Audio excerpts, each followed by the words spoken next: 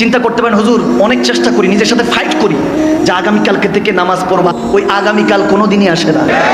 বলি যে আগামীকালকে থেকে কোনো মিথ্যা বলবো না, কোনো চগলখড়ি না, ফ্রেন্ডস বন্ধুত্ব তাদের সাথে রাখবো যে আমাকে হাইয়ালা সালাহ শোনার সাথে সাথে টেনে হেসে মসজিদে নিয়ে যায়। যতই চেষ্টা করি কিন্তু কোনোভাবে ওই রকম বন্ধুও পাই না, নিয়ত হয় না। আপনি চিন্তা করতে পারেন হুজুর কিভাবে মনটা পরিবর্তন হবে, ওয়াকিয়াটা শুনে যান। আলেমী দিন এটা বর্ণনা করছেন যে কাজের লোক আমি খুঁজতে বাগদাদ শহরে ঘুরতেছিলাম। আমরা এরকম দেখবেন বাসাবাড়ি কাজের জন্য আমরা হায়ার করি না, কিছু লোক হায়ার করি কাজের জন্য 500-1000 টাকা দিয়ে ভাড়া করে নিয়ে আসি যে আমার কাজগুলি করে দিবা, ঠিক না? তো এরকম কাজের লোক খুঁজতে গেলেন বাগদাদ শহরে। যখন গেলেন দেখেন যে ওখানে একটা যুবক বসা, চেহারাটা নুরানি, এত সুন্দর নুরানি চেহারা, দেখি বোঝা যাচ্ছে নামাজি, নামাজি ব্যক্তি। কাছাকাছি গেলেন ওই আলেমী দিন, হুজুর বললেন বাবা তুমি কি আমার সাথে যাবা, তোমাকে আমি টাকা পয়সা দিব, সমস্যা নেই, কাজে যাবা? বলে হুজুর যাবো, কিন্তু আমার 3টা শর্ত আছে। কয়টা? 3টা শর্ত। বলেন সবাই কাজের জন্য 4 দিরহাম নেয়, আমি 3 দিরহাম নিব। সুবহানাল্লাহ। বলে 3 দিরহাম নিব। বলে এটা তো ভালো অপরচুনিটি, খুব ভালো, সবাই 4 দিরহাম নেয়, এখন তুমি 3 দিরহাম দিবা, খুব ভালো, চলো। বলে আরেকটা দ্বিতীয় শর্ত শুনেন। দ্বিতীয় শর্ত হলো যখন হাইয়ালাস সালাহ বলে মসজিদে মুয়াজ্জিন আযান দিবে তখন আর আমি আপনার কর্মচারী না, তখন আমি কর্মচারী কার? আওয়াজ দেন কার? Third one.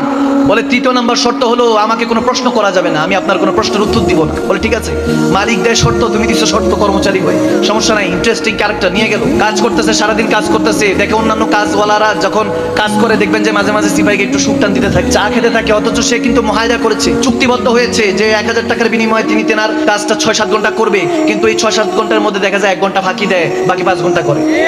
তো ওই যুবক এরকম ছিল না, পরেজগার। ওই যুবক কাজ করতে করতে জোহরের আজান পড়লো, চলে যাচ্ছে। ওই হুজুরের সাহেবজাদা ছিল, ছেলে ছিল, তিনি বলতে এই ভাই আপনি কোথায় যান, কাজ শেষ করেন। বলে কাজ তো করে দিয়েছি। যখন বলে যে করে দিয়েছি, আমার এখন আর আপনার কর্মচারী না, আপনার বাপের কর্মচারী না, আমি আপনার বাবাকে বলে দিয়েছি যখন হাইয়ালাস সালাহ বলে মুয়াজ্জিন আযান দিবে আমি কর্মচারী কার? আওয়াজ দেন কার? চলে গেল, নামাজ পড়ে আবার আসলো, কাজটা শেষ। এখন যখন বেতন নিতে আসছে বলে হুজুর 3 দিরহাম দেন। এখন হুজুর 3 দিরহাম দিচ্ছে। যখন 3 দিরহাম দিল বলে বাবা একটা প্রশ্ন, তোমার নাম কি? তখন বলতেছে হুজুর 3য় নাম্বার শর্তের কথা মনে আছে। বলছি নো কোশ্চেন্স, কোনো প্রশ্ন করা যাবে না। চলে গেল যুবক। হুজুরের পরের দিন আবার কাজ পড়লো, কাজের জন্য লোক লাগবে। বাগদাদের ওই বাজারে গেল, দেখে ওই যুবককে পাওয়া যাচ্ছে না। সবাইকে বলতেছে ওই যুবকটা কই? নুরানি চেহারা, নামাজি ব্যক্তি। সুবহানাল্লাহ। ওই যুবকটা কোথায়? বলে হুজুর উনি সপ্তাহে একবার আসে। বলে ঘটনা কি? একবার কেন? বলে একবারই আসে, তার নাকি 1 সপ্তাহে 3 দিরহামের খরচ লাগে, 3 দিরহাম কামাইলে এটা দিয়ে 1 সপ্তাহের খাবার দাবার ব্যবস্থা হয়ে যায়। বলে তারপর কি করে? বলে তারপর নাকি আল্লাহ বিল্লাহ করে, জিকির আজকার করে, মদিনাওয়ালার প্রেমে নাকি ডুবে থাকে। বলে এরকম যুবকই তো দরকার। বলে আগামী সপ্তাহে আসলে পাবো। বলে পাবেন হুজুর। আগামী সপ্তাহে আসলো, এসে দেখে যুবক দাঁড়িয়ে আছে। ওই হুজুর গিয়ে সালাম দিল, ওয়ালাইকুম সালাম। যুবক উত্তর নিল। পরে বলছে বাবা আমার একটা কাজ আছে, যাবা? হুজুর যাবো, কিন্তু শর্ত তো 3টা মনে আছে। বলে হ্যাঁ মনে আছে। তো শর্ত মনে আছে, চল বাবা। নিয়ে গেল, কাজ শেষ হলো। এরকম 1-2 সপ্তাহ চলে গেল, হুজুরের প্রয়োজন পড়লো, দেখতেছে ওই যুবককে খুঁজতেছে, পায় না। বলে হুজুর গত সপ্তাহ থেকে আসে না। বলে কি হয়েছে? বলে নিশ্চয়ই কোনো সমস্যা হয়েছে। বলে ছেলেটা থাকে কোথায়? বলে হুজুর থাকে হলো বাগদাদের শেষ কবরস্থানের পিছনে একটা কুটুরি, একটা ছোট্ট ঘরের মধ্যে থাকে। হুজুর গেলেন, গিয়ে দরজার মধ্যে যখন এভাবে নক নক টোকা দিলেন, টোকা যখন দিলেন, ভিতর থেকে যুবক আওয়াজ করলো হুজুর আপনি এসেছেন, আপনি এসেছেন। তখন বলে হুজুর দরজা খোলা আছে, আসেন। হুজুর যখন ভিতরে গেল, গিয়ে দেখে ছেলেটা কাতরাচ্ছে, অসুস্থ, অনেক অসুস্থ, দুর্বল হয়ে পড়েছে। তখন হুজুর বললেন যে ব্যাপার কি, তুমি কিভাবে বুঝলা যে আমি আসছি? বলে হুজুর গরিবকে দেখতে ধনী তো আসবে না, কোনো আল্লাহ ওয়ালাই তো আসবে, কোনো আল্লাহ ওয়ালাই তো আসবে, কোনো ধনী তো আর আসবে না। বলে বুঝতে পেরেছি হুজুর আপনি এসেছেন, আপনার অপেক্ষা ছিলাম। হুজুর সময় শেষ, বড় তাড়াহুড়ে আছি, আজকে হয়তোবা রুটা পারওয়াজ করে যাবে, আজকে হয়তোবা ইন্তেকাল হয়ে যাবে, আজকে রাতেই আমার ডাক চলে আসবে, আমাকে চলে যেতে হবে আল্লাহর কাছে। সে বলতে হুজুর 3টা দিরহাম বের করে, যে 3টা দিরহাম নেন, এটা দিয়ে আমার জানাজা পড়াবেন আগামীকালকে ফজরের পরে এসে, দাফন কাফনের ব্যবস্থা করবেন। তারপরে একটা রিং ছিল, আংটি অনেক দামি, খুলে দিল। বলে এটা ওই জামানার বাদশাহ হারুনের রশিদের জামানা ছিল। বলে বাদশাহ হারুন রশিদকে যাই দিয়ে আসবেন, আংটিটা দিয়ে আসবেন। আপনার সাথে দেখা করতে চাইবে না, দেখা বাদশাহ হয়তো বা দেখা করতে চাইবে না, বলবেন যে তেনার একটা আমানত আপনার কাছে আছে, বললে দেখা করবে। বাদে আসর গিয়ে তেনাকে আংটিটা দিয়ে আসবেন। যুবকের এই কথা শোনার পরে হুজুর বলতেছেন যে আমি তো তোমার জন্য কিছু করতে পারি। ওই বুজুর্গ আল্লাহ ওয়ালা বলছেন তোমার জন্য কিছু করতে পারি। বলে হুজুর হ্যাঁ করতে পারেন, আমাকে একটু নিরিবিলি সময় দেন, তওবা করে আল্লাহর কাছে যেতে চাই। তাওবাতুন নাসুহা ওয়া তাওবাতুন ক্বাবলাল মাউত। যুবক এখনো তওবার রাস্তাটা খোলা আছে।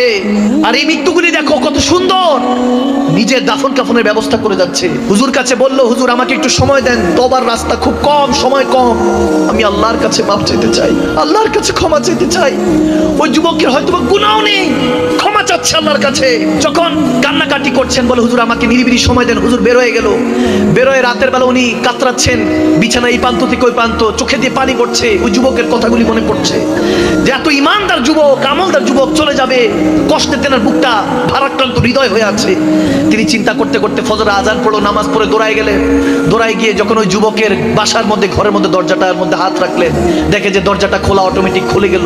একটা সুঘ্রাণ, একটা সুগন্ধি ইস্তেকবাল জানাচ্ছে, ওয়েলকাম জানাচ্ছে হুজুরকে। সুবহানাল্লাহ। एक खुशबू आती थी और मैं भटकता जाता था, रेशमी हवा थी और मैं तकता जाता था, जब तेरी गली आया सच तभी नजर आया, मुझ में ही वो खुशबू थी जो तुमने दिलवाया। सुभान अल्लाह। যখন ওই কাছাকাছি গেল, আল্লাহ ওয়ালা ওই হুজুর কাছাকাছি গিয়ে বলতেছেন, দেখতেছেন ওই খুশবুটা এত নুরানি। বলতেছেন ওই যুবকের কাছে গেলাম, চেহারা থেকে পর্দাটা সরালাম, চাদরটা সরিয়ে দেখে এত নুরানি হয়ে আছে, মনে হয় কাকে জানি দেখতে দেখতে দুনিয়া থেকে চলে গিয়েছে।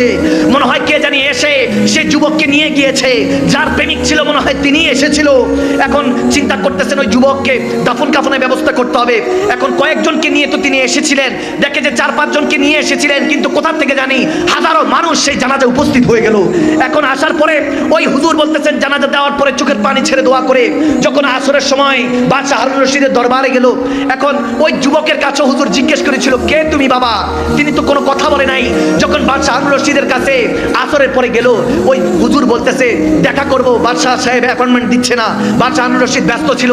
যখন বলল আপনার একটা আমানত আছে, একটা রিং আছে, তখন দেখা পেল, খাস কামরায় গেল। বাদশাহ হারুন রশিদ জিজ্ঞেস করছে, কি চাই, কি কি কি আমানত আপনার কাছে আছে? বলে আপনার একটা রিং আমার কাছে আছে। যখন আংটিটা বাদশাহ দেখলো, একটা চিৎকার দিল, আল্লাহ বলে একটা চিৎকার দিল, বলে যে এই রিং এর মালিক কোথায়, আংটির মালিক কোথায়? ওই হুজুর ওই আল্লাহ ওয়ালা বলতেছেন, সে গতকালকে রাতে ইন্তেকাল করে গিয়েছে, ইন্তেকাল করে গিয়েছে। বাদশা চোখের পানি ছেড়ে বলে, তার কবরটা কোথায়? বলে ওই যে বাগদাদে কবরস্থানে, ওখানে দাফন করেছি। বাদশা হারুন রশিদ সারা পৃথিবী যিনি লিড দিতেন, রুল করতেন, সেই বাদশা ওই কবরে গিয়ে লুটোপুটো খেয়ে সেই কবরটা জড়িয়ে ধরে চিৎকার দিয়ে কান্না করছে। ওই আল্লাহ ওয়ালা চিৎকার দিয়ে উঠলেন, চিৎকার দিয়ে উঠে বলতেছেন, না ইসনে কুছ বলা, না আপ কুছ বল রহে হে, না এ কিছু বলেছেন, আপনি কিছু বলছেন। সে কে ছিল? কে ছিল? বাদশা হারুন রশিদ কবর থেকে মুখটা উঠিয়ে বলতেছে, আমার ছেলে ছিল, আমার ছেলে ছিল, রাজপুত্র ছিল, প্রিন্স ছিল। ওই আল্লাহ ওয়ালা চিৎকার দিয়ে বলেন, কি বলেন হুজুর? আপনার ছেলে দিন মজুর ছিল, 3 দিরহামের উপরে কাজ করতো। যুবক, এই হেদায়েতের কথাগুলি আর বেশি দিন নেই। দেখেন বয়োজ্যেষ্ঠ ওলামায়ে কেরাম এখন আর স্টেজে উঠে না, কারণ মানুষ হবে না। আমরা ভুলে ভরা জিন্দেগি কি শিখাবো আপনাদেরকে? এখন যদি পরিবর্তন না হন, রব্বে কারীমের কাছে কি উত্তর দিবেন? আরে কবরে গেলে দয়াল নবী যদি বলে লা আদরি, চিনি না, বেঈমান উম্মত।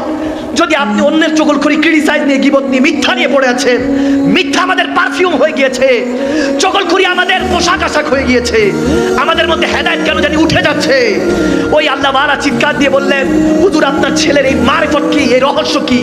বলে হযরতে দাউদ তাই আলাইহির রহমান সে মুরিদ ছিল। আমার ছেলে যখন একজন আল্লাহ ওয়ালার সঙ্গে জ্ঞাপন করেছেন, ওয়াকুনু মা সাদিকিন, কোরআনের কথা অনুযায়ী, ইন্নাল্লাযীনা ইউবাইউনাকা ইন্নামা ইউবাইউনাল্লাহ, যখন আমার নবীর গোলামির মধ্যে চলে গিয়েছেন, আল্লাহ ওয়ালা হয়ে গিয়েছিল আমার ছেলে।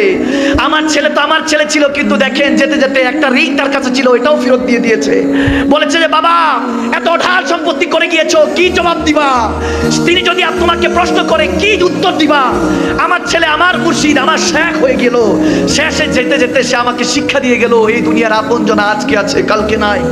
দয়ার নবী, মায়ার নবী আপনা সদাই, যাওয়ার সময় কিছু নিয়ে যায় নাই। ভাইরা আমার, তখন বাদশা হারুন রশিদ বলছে, ছিল তো আমার ছেলে, কিন্তু আমাকে এমন শিক্ষা দিয়ে গেল যে বাবা এমন দুনিয়া সাম্রাজ্য করেছো, কি হিসাব দিবা? সে মালিক যখন হিসাবের জন্য তোমাকে ধরবে, কি হিসাব দিবা? কয়টার হিসাব দিবা? বাদশা হারুন রশিদ বলছে যে আমার ছেলে আমার প্রিয় মুর্শিদ হয়ে গিয়েছে, আমার শেখ হয়ে গিয়েছে, যেতে যেতে আমাকে শিখিয়ে গিয়েছে এই দুনিয়া ফানি, এই দুনিয়া কোনো কিছুই চিরস্থায়ী নয়। ওই যুবকের কথা একটাবার স্মরণ করুন। যুবক, আপনাকে বলছি, এই কথাগুলি আর কতদিন চলবে আমি জানি না, এখনো সময় আছে। তওবাতুন নাসুহা, তওবাতুল ক্বাবলাল মাউত, মৃত্যুর আগে তওবা করে ফিরে আসুন। এমন হতে পারে কবরে যেতে দেরি হবে না। আমার নবী যখন আসবে, মান রাব্বুক ওয়া মা দীনুক মা কুনতা তাকুলু ফি হাক্কি রাজুলান মুহাম্মাদি, যখন 3টা প্রশ্ন মুনকার নাকির করবে, বুখারীতে এসেছে একটা প্রশ্ন, মা কুনতা তাকুলু ফি হাক্কি রাজুলান মুহাম্মাদি, জিজ্ঞাসা করা হবে তোমার সামনে বসা এই মুস্তাফা মুহাম্মদ আরবি কে, বলো তাকুলু কি বলতে? নিজের মতো বলেছো না ইয়া রাসূলুল্লাহ বলেছো। যখন নবী আমার আপনার আজকের মেহফিলের যদি আশা বসা কবুল করে নেয়, আমার নবী আল্লাহর ইজ্জতের কসম করে বলছি, যার কবজায় আমি মাকদুম সালমাদানির রূহ আছে, যিনি চাইলে এই মুহূর্তে আজরাইল আলাইহিস সালামকে পাঠিয়ে আমার রূহ কবজ করতে পারেন। সে রব্বে করিমের ইজ্জতের কসম করে বলছি, যদি আজকের এই মাহফিল, এই তওবা যদি আপনার কবুল হয়ে যায়, তাহলে মনে রাখবেন আমার দয়ার নবী বলবে, এই মুনকার নাকির সে কি বলবে, আমি তার কি লাগি? আমি বলতেছি আমার আশিক হয়, আমার প্রেমিক হয়, তাকে বেহেশতের নেয়ামত দিয়ে দে। সুবহানাল্লাহ। ইন্টারভিউটা যদি পাস হয়ে যায়, মনে রাখবেন হাসরের ময়দানে কাঠ করে দাঁড়ায় থাকবেন, নাফসি নাফসির আলম। ওদিন কোনো ক্ষমতা, কোনো ট্যাক্স টোকেন কাজে আসবে না। জিজ্ঞেস করবেন রাব্বিল আলামিন, যখন আপনাকে জিজ্ঞেস করবেন কি করেছিস, আলাস্তু বিরাব্বিকুম ক্বালু বালা, বলেছিলাম আমার হয়ে থাকতে। আমাকে প্রভু মেনেছিস কিন্তু আমার হয়ে থাকিস নাই। আমার নবীর বিরুদ্ধে যেতি, তুই কখনো দিনকে কায়েম করিস নাই, তোর মুখে কখনো লেহিয়াতুন দাড়ি দেখি নাই, তোর কখনো পর্দা দেখি নাই। যখন এই অবস্থা হবে হাসরের ময়দানে, যখন কাঠ করায় আপনি নাফসি নাফসি করছেন, আদম সাফিউল্লাহ থেকে ঈসা রুহুল্লাহ পর্যন্ত আপনার মা বাবা আত্মীয় স্বজন কেউ যখন কোনো কাজে আসবে না, খোদার কসম করে বলছি, ওই মুহূর্তে আপনি যখন নাফসি নাফসির আলমে ডুবে আছেন, ওই কোটি কোটি নাফসি নাফসির মধ্যে একটা আওয়াজ বের হবে, রব্বি হাবলু উম্মতি, রব্বি হাবলু উম্মতি, রব্বি হাবলু উম্মতি। আল্লাহ গুনাহগার উম্মত ক্ষমা করে দাও। হয়তো বা সে পরেশগার ছিল না, কিন্তু আমি নবী মুস্তাফাকে ভালোবাসতো। আল্লাহ তোমার হাবিবকে ভালোবাসতো, তাকে ক্ষমা করে দাও। ওয়ারজুকনা শাফাআতাহু ইয়াউমাল কিয়ামা। ওই দিন আমার দয়ার নবী পিঠের মধ্যে হাত বাড়ি দিয়ে বলবে, কাঁধের মধ্যে বাড়ি দিয়ে বলবে, ভয় পাইস না উম্মত, ভয় পাইস না, আমি তোর মৌতের বিছানায় ছিলাম, কবরে ছিলাম, আজকে হাসরে আছি, তোকে নিয়ে জান্নাতে চলে যাবো। সুবহানাল্লাহ।